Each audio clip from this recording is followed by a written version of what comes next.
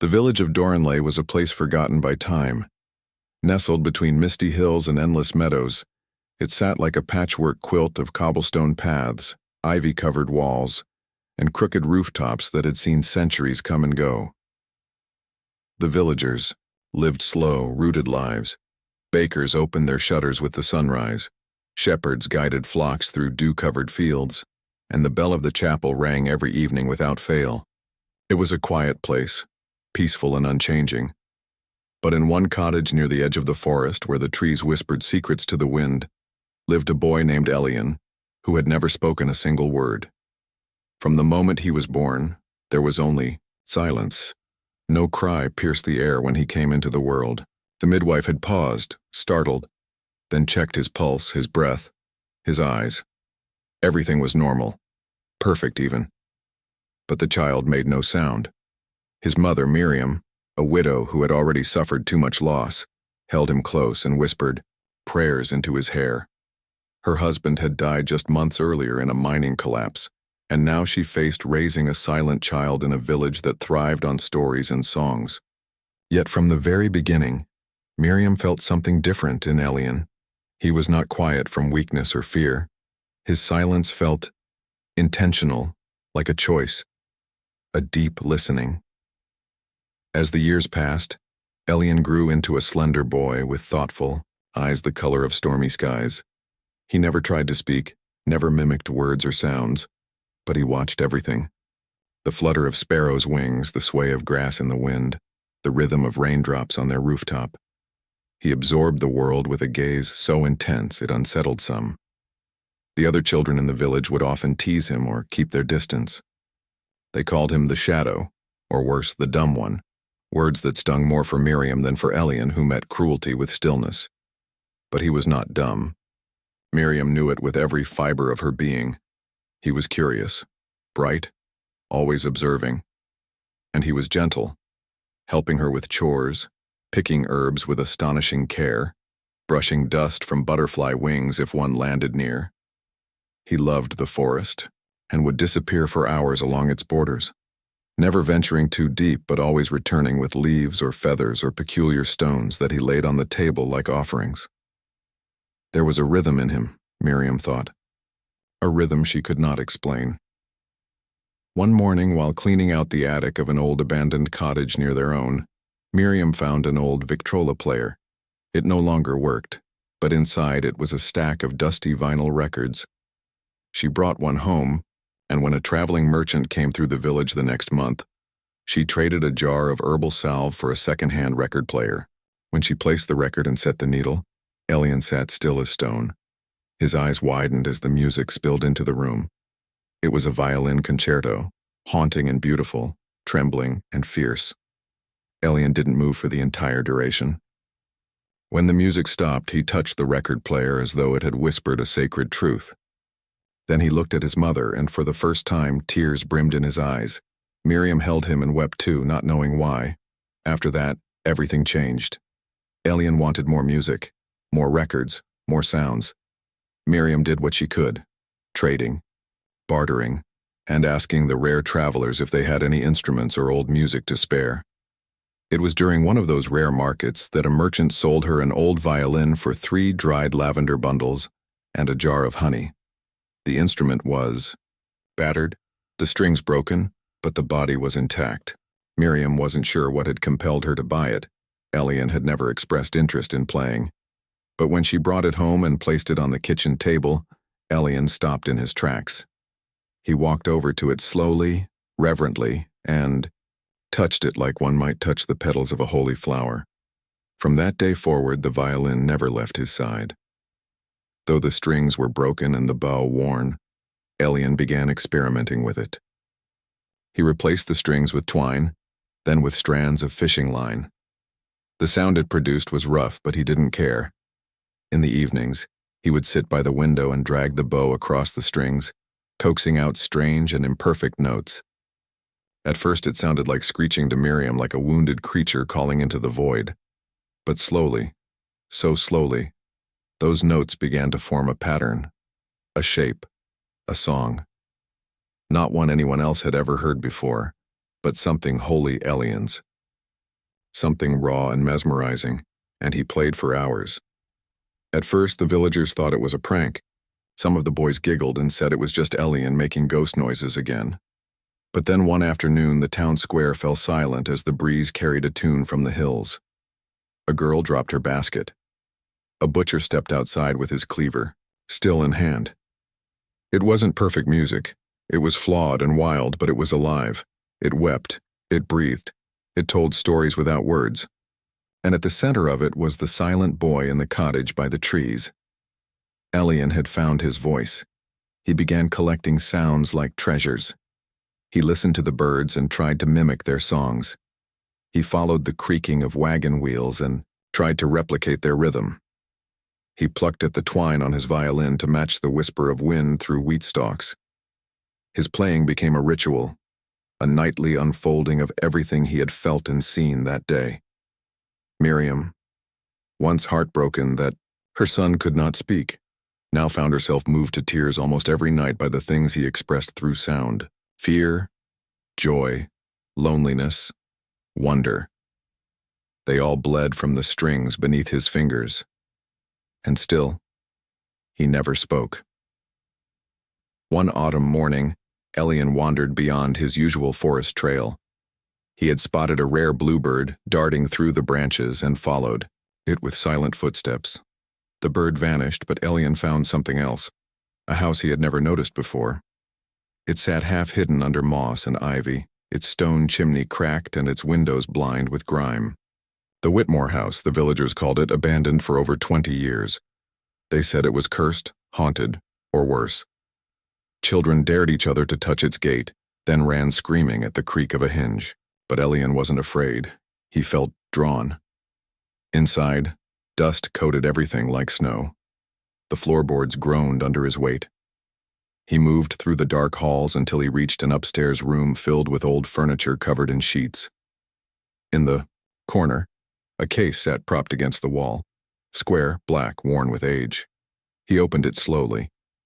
Another violin. This one was old, older than the one he owned, but exquisite. Its wood was dark and warm, its strings intact but loosened, its bow still resting on faded velvet. Elian touched it with trembling hands. The moment his fingers met the wood, he felt a low hum in his chest, like the echo of a forgotten memory. He brought it home in silence. That night he did not play. He simply stared at the instrument, studying it, listening to it. He ran his fingers along the curves, the fine grain of the wood.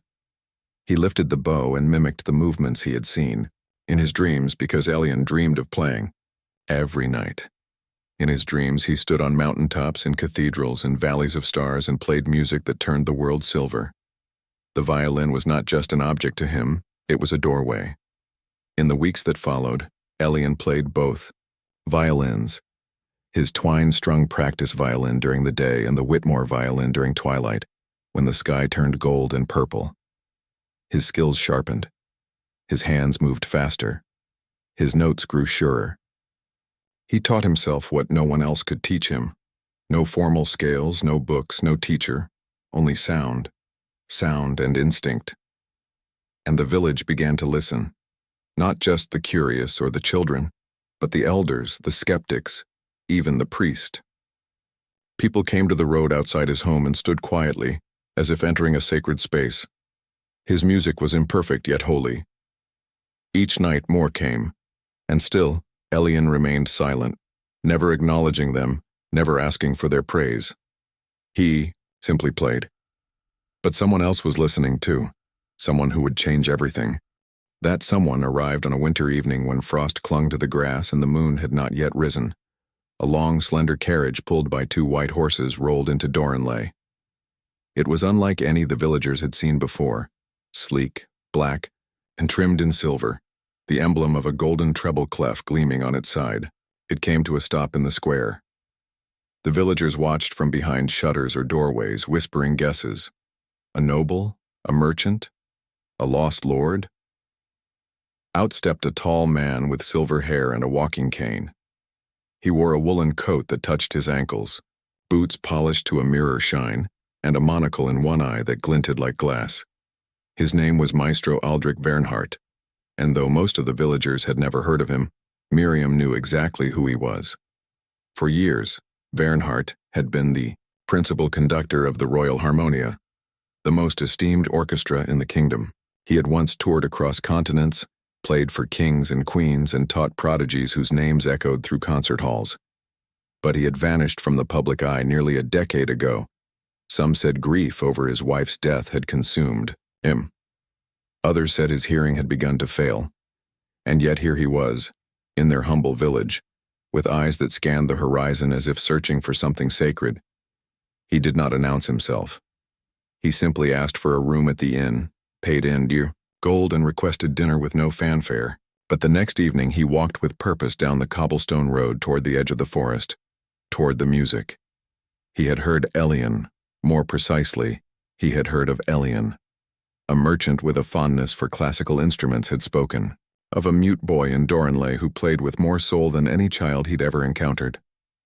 Bernhardt had been skeptical.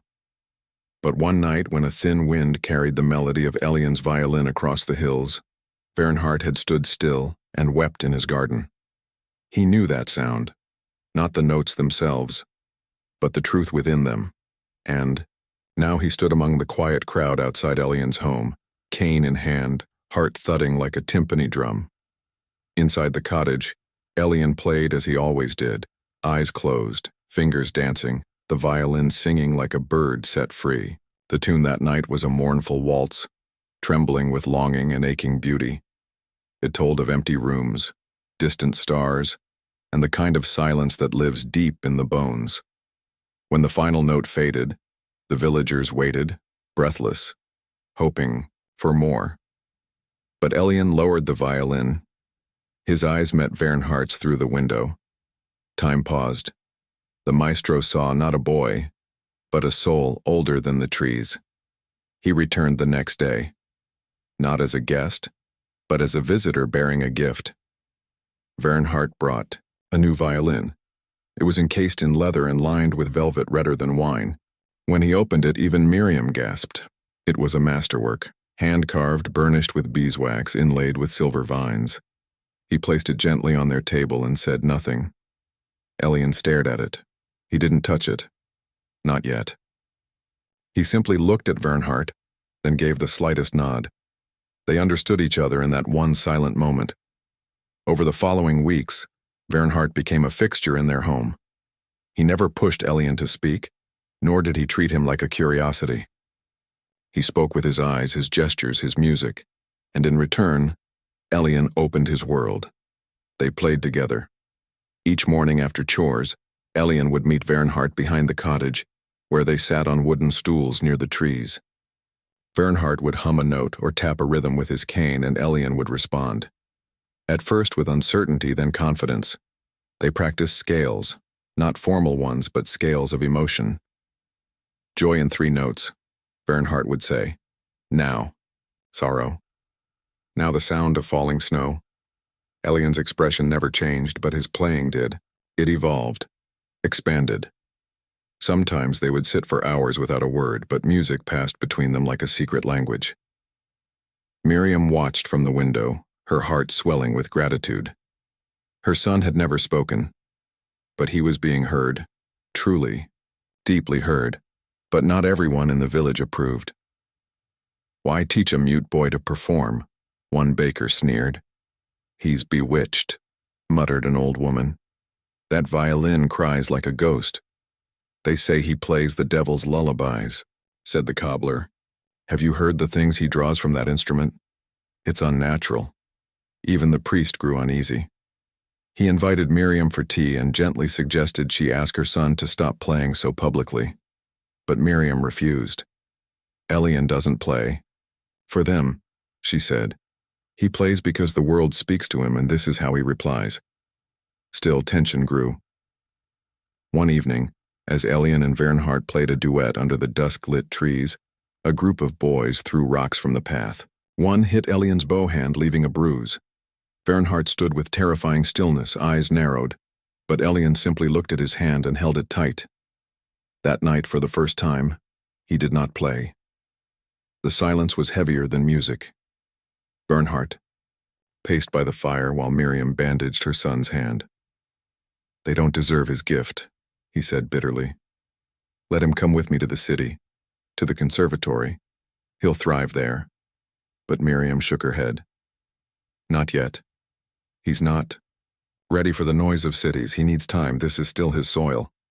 Elian remained quiet, but later that night, when everyone had gone to bed, he stepped out beneath the stars with his old twine-string violin and began to play.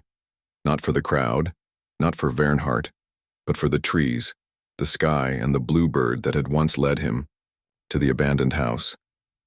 It was a soft song, almost a whisper, but it spoke of healing and patience, of bruises fading and stars still shining. It was his answer to hate, and it shimmered like moonlight on water. The next morning, something extraordinary happened. A child, one of the boys who had once teased him, stood outside with a piece of bread and a note scrawled in crooked letters. "Can I listen again?" Elian smiled for the first time in weeks. More children came, then adults. They sat in silence, not as an audience, but as seekers. And Elian played, not for applause, not for fame, but to stitch the village together again with invisible threads of sound. The boy who never spoke became the voice of their home. Vernhardt eventually returned to the city, but he left the masterwork, violin with Elian, saying, "You don't need to speak to be heard, but if ever you wish to be seen, the world is waiting." And so Elian remained, for now, still silent, still listening. But every night, from the edge of the forest, his music rose like smoke into the stars, telling stories only hearts could hear.